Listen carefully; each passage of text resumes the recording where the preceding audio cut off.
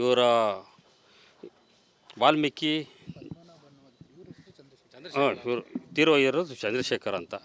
ಇವರು ಒಬ್ಬರು ಅಧಿಕಾರಿ ಅಂದರೆ ಇವರು ಸೂಪ್ರಿಡೆಂಟ್ ಆಗಿರೋದು, ಅಕೌಂಟ್ ಸೂಪ್ರಿಡೆಂಟು. ಇವರು ಯಾವುದು ವಾಲ್ಮೀಕಿ ಜಯಂತಿಯ ಅಭಿವೃದ್ಧಿ ನಿಗಮ ಮಂಡಳಿಯ ಇವರು ಒಬ್ಬರು ಅಕೌಂಟ್ ಸೂಪರ್ಡೆಂಟ್ ಆ ಇದರಲ್ಲಿ ಡಿಪಾರ್ಟ್ಮೆಂಟಲ್ಲಿ ಇವರು ಏನಾಗಿದ್ದಾರಂದರೆ, ಈ ಮೇಲ್ಪಟ್ಟ ಅಧಿಕಾರಿಗಳು ಯಾರು ನಮ್ಮ ಪದ್ಮನಾಭ ಅಂತ ಏನು ಎಮ್ ಡಿ ಇದ್ದಾರೆ, ಅವರು ಪರಶುರಾಮ್ ಅಂತ, ಹಾಗೂ ಯೂನಿಯನ್ ಬ್ಯಾಂಕಿನ ಮುಖ್ಯಸ್ಥರಾದಂಥ ಸುಚಿತ್ರ ಇವರು ಏನು ಮಾಡಿದ್ದಾರೆ, ಇವರ 85 ಕೋಟಿನ ಬಿಡುಗಡೆ ಮಾಡಿ ಅನುದಾನ ಹಾಕಿ ಇವ್ರ ಅಕೌಂಟಲ್ಲೂ ಕೂಡ ಇವರಿಗೆ ಮೇಲಿನ ಅಧಿಕಾರಿಗಳು ಏನು ಹೇಳ್ತಾರೋ ಅದನ್ನ ಕೆಳಗಿನ ಅಧಿಕಾರಿಗಳು ಕೇಳಲೇಬೇಕು. ಇವ್ರ ಅಕೌಂಟಲ್ಲಿ ಹಾಕೊಂಡು ಕೊಡು ಅಂತ ಹೇಳಿದ್ದಾರೆ. ಹಾಕಿ ಕೊಟ್ಟಿದ್ದ ತಕ್ಷಣ 7 ದಿವಸ ಬಿಟ್ಟು ಇವರು ಹೋಗಿ ಮಾಹಿತಿ ಕೇಳಿದ್ದಾರೆ, ಯಾರ್ಯಾರ ಅಕೌಂಟಿಗೆ ಹೋಗಿದೆ ಮಾಹಿತಿ ಕೊಡಿ ಅಂತ ಕೇಳಿದ್ದಾರೆ. ಇವರು ಸುಚಿತಾ ಅವರು ಇಲ್ಲ ನಮ್ಮದು ಅಕೌಂಟಲ್ಲಿ ಯಾವುದು ಕೊಟ್ಟಿಲ್ಲ, ನಾವು ಇಲ್ಲ ಅಂತ ಹೇಳ್ಬಿಟ್ಟಿದ್ದಾರೆ. ಇವ್ರಿಗೇನಾಗಿತ್ತು ತಕ್ಷಣ ಆವಾಗ ದಿಗಿಲಾಗಿದೆ. ನಾನು ಅಕೌಂಟಿಗೆ ಹಾಕಿರೋದು, ಪೇಮೆಂಟನ್ನು ಹಾಕಿರೋದು ಯಾರ್ಯಾರಿಗೆ ಹಾಕಿರೋದು ಅದು ನಮಗೆ ಕೊಡ್ತಿಲ್ಲ ಅನ್ನೋದು ಇವರಿಗೆ ಶಾಕ್ ಆಗಿದೆ. ಇದು ಶಾಕ್ ಆಗಿರೋ ಕಾರಣ ಏನಂದರೆ, ಇಲ್ಲಿನ ಸಚಿವರು, ಇದಕ್ಕೆ ಸಂಬಂಧಪಟ್ಟ ಸಚಿವರು, ಇವರು ಜನ ಸಮಾಜ ಕಲ್ಯಾಣ ಇಲಾಖೆ ಸಚಿವರು ಹಾಗೂ ಇವ್ರು 3 ಜನ ಅಧಿಕಾರಿಗಳು ಅವ್ರ ಸಚಿವರು ಏನಂತ ಮೌಖಿಕವಾಗಿ ಹೇಳಿದ್ದಾರೆ. ಯಾಕಂದರೆ ಡೆತ್ ನೋಟಲ್ಲಿ ಬರೆದಿದ್ದಾರೆ, ಅವರು ಮೌಖಿಕವಾಗಿ ಬರೆದಿದ್ದಾರೆ. ಇವರು ಮೌಖಿಕವಾಗಿ ನಮಗೆ ಸಚಿವರು ಹೇಳಿದ್ದರಿಂದ ಹಾಗೂ 3 ಜನ ಅಧಿಕಾರಿಗಳು ಹೇಳಿದ್ರಿಂದ ನಾನು ಬಿಡುಗಡೆ ಮಾಡಿದ್ದೀನಿ. ಅವ್ರು ಏನು ಹೇಳಿದಾರೋ ಅದನ್ನ ನಾನು ಪಾಲನೆ ಮಾಡಿದ್ದೀನಿ. ಇವತ್ತು ಅದನ್ನೆಲ್ಲ ಮಣ್ಣು ಯಾರ ತಿಂದು ನನ್ನ ಮೂಗಿಗೆ ಹಚ್ಚೋ ಪರಿಸ್ಥಿತಿ ಬಂದಿದೆ. ಇವರು ತನಿಖೆ ಮಾಡಿರಿ ಅಂತ ಹೇಳ್ತೀರಲ್ಲ, ನಾನು ಯಾರು ನಡಿ ಈಗ ಶುರು ಮಾಡೋಣ.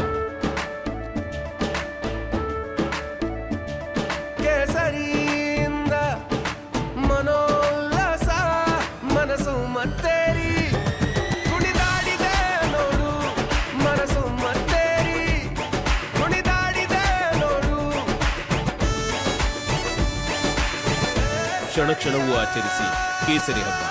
ವಿಮಲ್ ಬಾಯಲ್ಲಿ ಹೇಳಿ ಕೇಸರಿ. ಹೋಗಿ ಅಂತ ಕೇಳಿದ್ರೆ ನಾನು ಯಾರಿಗಂತ ಕೇಳಲಿ ಉತ್ತರ ಅನ್ನೋದು ಅವರು ಉತ್ತರ ಕೇಳಿದ್ದಾರೆ. ಇದು ಏನಾಗಿದೆ, ಇದು ಒಂದರ ಆಗಿದ್ರೆ ಪರವಾಗಿಲ್ಲ. ಇದು ನಿಗಮ ಮಂಡಳಿಯಲ್ಲಿ ಅವ್ರು ಏನು ಹೇಳ್ತಾರಂತೆ, ಇದು ಸಾಧಾರಣ, ಇದು ನಿಗಮ ಮಂಡಳಿ ಮಾಮೂಲಿ ಇದು ಅಂತ ಅವ್ರು ಹೇಳ್ತಾರಂತೆ. ಆದರೆ ಇವರು ಈ ಅಧಿಕಾರಿ ಇದುವರೆಗೂ ಯಾವುದೇ ಥರದ್ದು ಈ ಥರ ಚಿಕ್ಕೆಲ್ಲ ಇದ್ದವರು. ಹಾಗಾಗಿ ಇವರು ನ್ಯಾಯಯುತವಾಗಿ ಇರೋದ್ರಿಂದ ಇವರು ಎಲ್ಲ ಎದುರುಬಿಟ್ಟಿದ್ದಾರೆ. ಇದುವರೆಗೆ ಯಾವುದೇ ಥರದ್ದು 1 ರೂಪಾಯಿನೂ ತಿಂದಿಲ್ಲ, ಯಾವುದೋ ಕಪ್ಪು ಚಿಕ್ಕೆಯಲ್ಲಿ ಇಲ್ದಿದ್ದಕ್ಕೆ ಇವರು ಎದುರಿದ್ದಾರೆ. ಹಾಗಾಗಿ ಇವ್ರನ್ನ ಬಲುಪುಷಿಯಾಗಿ ಮಾಡಿಟ್ಟಿದ್ದಾರೆ. ಹಾಗಾಗಿ ನಾವೇನು ಹೇಳ್ತಿರೋದು, ನಾವು ಯಾರ ಸಚಿವರಾಗಲಿ ಅಧಿಕಾರಿಗಳಾಗಲಿ ಅವ್ರು ಏನು ಹೇಳಿದಾರೋ ಅದನ್ನ ಪಾಲನೆ ಮಾಡಿದ್ದಾರೆ. ಇವರಿಗೂ ಅದಕ್ಕೂ ಸಂಬಂಧ ಇಲ್ಲ ಸರ್. ಇವರಿಗೆ ನ್ಯಾಯ ದೊರಕಿಸ್ಲಿ, ಅವ್ರು ಸತ್ತವ್ರ ಮನೆಗೆ ಏನಾದ್ರು ನ್ಯಾಯ ಕೊಡಲಿ ಅಂತ ನಾವು ಕೇಳ್ತಿರೋದು. ಈ ಥರ ಸಾಮಾನ್ಯ ವ್ಯಕ್ತಿಗಳಿಗೆ ಮೇಲ್ವರ್ಗದ ಅಧಿಕಾರಿಗಳು ಕೆಳಗಿನವರಿಗೆ ಇಷ್ಟೊಂದು ಟಾರ್ಚರ್ ಕೊಡಬಾರ್ದು. ಒಬ್ಬರು ಸಾಯ್ತಾರೆ ಅಂದರೆ ಯಾವ ಮಟ್ಟಕ್ಕೆ ಹೋಗಿರ್ತಾರೆ, ಅಷ್ಟು ಸುಮ್ಮನೆ ಸಾಯೋಕ್ಕಾಗಲ್ಲ.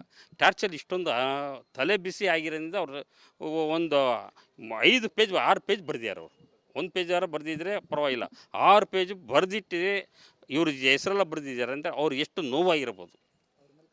ಅವ್ರನ್ನ ಕ್ರಮಕ್ಕೆ ಕೈಗೊಳ್ಳಿ. ಸರ್ಕಾರದ ಮಟ್ಟಕ್ಕೆ ನಾವು ಕೇಳ್ತಾ ಇದ್ದೀವಿ, ನಾವು ಕೈ ಮುಗ್ದು ಕೇಳ್ಕೊತೀವಿ. ಅವ್ರಿಗೆ ನ್ಯಾಯ ದೊರಕಿಸ್ರಿ, ಅವ್ರ ಕುಟುಂಬಕ್ಕೆ ಒಂದು ನ್ಯಾಯ ದೊರಕಿಸ್ರಿ. ಯಾಕಂದರೆ ಅವ್ರನ್ನ ನಂಬ್ಕೊಂಡು ಮಕ್ಕಳಿದ್ದಾರೆ. ಇದೇ ವರ್ಷ 2 ವರ್ಷದ ಹಿಂದ್ಗಡೆ ಕೋವಿಡ್ ಬಂದು ಸಾವು ಬದುಕಲು ಹೋರಾಟ ಮಾಡಿದವರು, ಅವರು ಸಾಲ ಸೋಲ ಮಾಡ್ಕೊಂಡು ಜೀವನ ಮಾಡ್ತಿದ್ದಾರೆ. ಅದರಲ್ಲಿ ಮಕ್ಕಳು ವಿದ್ಯಾಭ್ಯಾಸ ಮಾಡಬೇಕು. ಇವರೆಲ್ಲ ಇವತ್ತೆಲ್ಲ ಬೀದಿಗೆ ಬಂದಿದ್ದಾರೆ. ಇವತ್ತು ಯಾರು ನೋಡ್ತಾರೆ ಇವ್ರನ್ನ? ಈ ಥರ ಸರ್ಕಾರದಲ್ಲಿ ಏನೋ ಒಂದು 4 ರೂಪಾಯಿ ದುಡಿಮೆಗೆ ಹೋಗೋದು ಜೀವನ ಮಾಡೋಕ್ಕೆ. ಆದರೆ ಇವ್ರ ಜೀವನನೇ ವಿರುದ್ಧ ಬಲಿಪುಷಿ ಮಾಡಿಬಿಟ್ರೆ ಅವ್ರು ಏನು ಮಾಡಬೇಕು ಅನ್ನೋದು ನಾವು ಕೇಳ್ಕೊತಿದ್ದೀವಿ. ನಮ್ಮ ಹೆಸರು ಆನಂದ್ ಅಂತ ಸರ್.